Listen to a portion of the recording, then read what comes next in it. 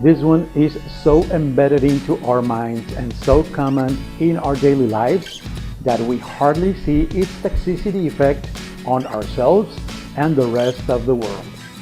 Do you want to know what I'm talking about? Let's explore this concept.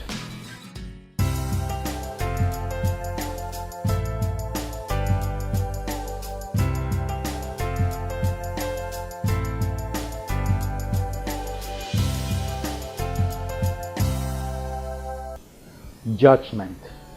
Judgment is everywhere. It's a tool that we all unconsciously use to distinguish ourselves from others. It is the ego's need to constantly qualify and condemn ourselves and other people. It is also the easiest way for giving ourselves a sense of value and superiority, not knowing that it only reflects our deepest fears and insecurities. Every time we criticize someone or make fun of people, we are judging. While it is important to have an opinion on people and things, there is a very fine line that separates opinions from judgment. Judgment is like an addiction. Judgment is a behavior that repeats itself over and over behind our awareness, and we see it as a very normal thing in life. For example, we enjoy judgment when we use sarcastic remarks at people. This kind of mocking humor gives us a sense of being superior, not realizing that we could be diminishing the self-esteem of others.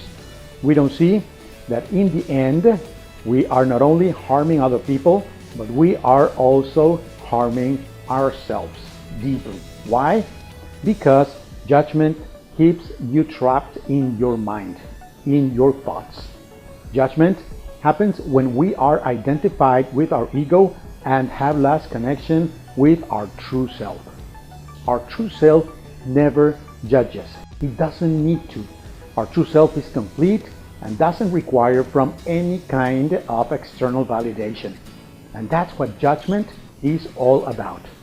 Validating ourselves at the mercy of others.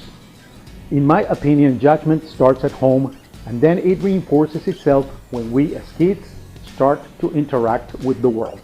There is judgment among siblings and schoolmates. We learn how to judge when we see our parents criticizing other people. When our parents or caregivers are not aware or conscious enough, they will naturally allow judgment to expand and become part of the family dynamics. Judgment can be devastating for us when we are growing up, when we are developing our self-esteem, and we have people around us judging our ways. When I was a kid, and even as a teenager, being the youngest of four, I had to fight fiercely against my elder brother's judgments. There was a paradox to all of this because on one hand, I used to think I lived in a perfect and united family, while on the other, judgment was happening around me all the time without me being aware of it. It was until I grew up that I started to realize that things had not been so perfect at home, that my beloved parents oversaw the judgmental game that seemed to be normal among us. At the time, this kind of relationship among me and my brothers was seen as normal. We would call each other names, and we used to fight for being the favorite one. In the end, I believe that we all got some kind of damage or scars as a result of this competition. In my particular case, I was very good at impersonating people when I was a kid. I was funny, and my parents and siblings would laugh at my small performances. I think that being able to impersonate others also has a very fine line between imitating and judging. And if you are not careful enough, you can easily cross the line, harm people, and even yourself. I consider myself to be a respectful person, and even as a kid, I would kind of protect or get close to the kids at school who were being bullied or ignored by others. That is in my nature. However, I can't deny that as most people, I developed a judgmental mindset. I now realize how my friends and I, while having fun, were being very judgmental. I see how this pattern is very common today not only among kids or teenagers, but also in adults, families, societies, countries, and the world in general. This is the kind of thinking that separates us. Judgment is the imaginary wall that doesn't allow us to see that our differences with others are just superficial and shouldn't matter. That there is in each one of us a soul that knows nothing about differences, forms, colors, beliefs, customs, and religions. But sadly, our culture reinforces this kind of thinking all the time. You see it in publicity, in politics, in racial slurs. We use it as a means of identification with other people who think the same way we do. So we judge together. We agree on it, we feel satisfaction, and we perpetuate this toxic energy. Unfortunately, loud, judgmental people are very popular in our culture. We see it in politicians, on entertainment TV shows, and the media in general. You also see it in the business world. It's just everywhere. Judgment is one of the clearest signs of big egos. The more we judge, the bigger our ego is. When we judge, we are just in our heads. We are disconnected from our true self. We are trapped in the judgmental me. The good news is that we can dissolve this mental addiction. We can learn how to observe our tendency to judge. We can literally back up every time we feel the impulse to judge, and by doing so on a regular basis, we can regain consciousness.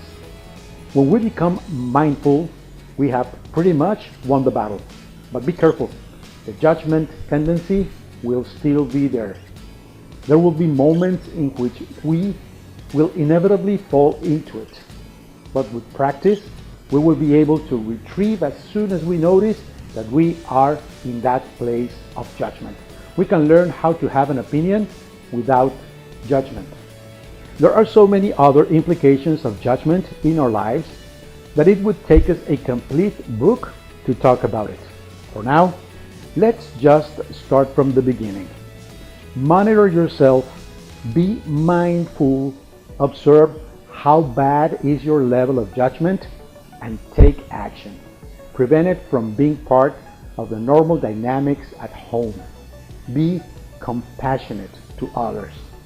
Remember that behind everyone's egos, we all are souls living a human experience. This means that we are all one and we are all the same, even if you don't like this idea.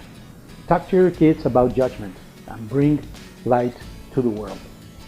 If you like this video, please share it with your friends and head to our website for insights, tips, and much more. Once you are on newmetv.com, please sign up for our email updates and share your comments and experiences with us. Practice meditation, live in the present moment, and always be the silent observer of your thoughts and feelings. This is New Me TV.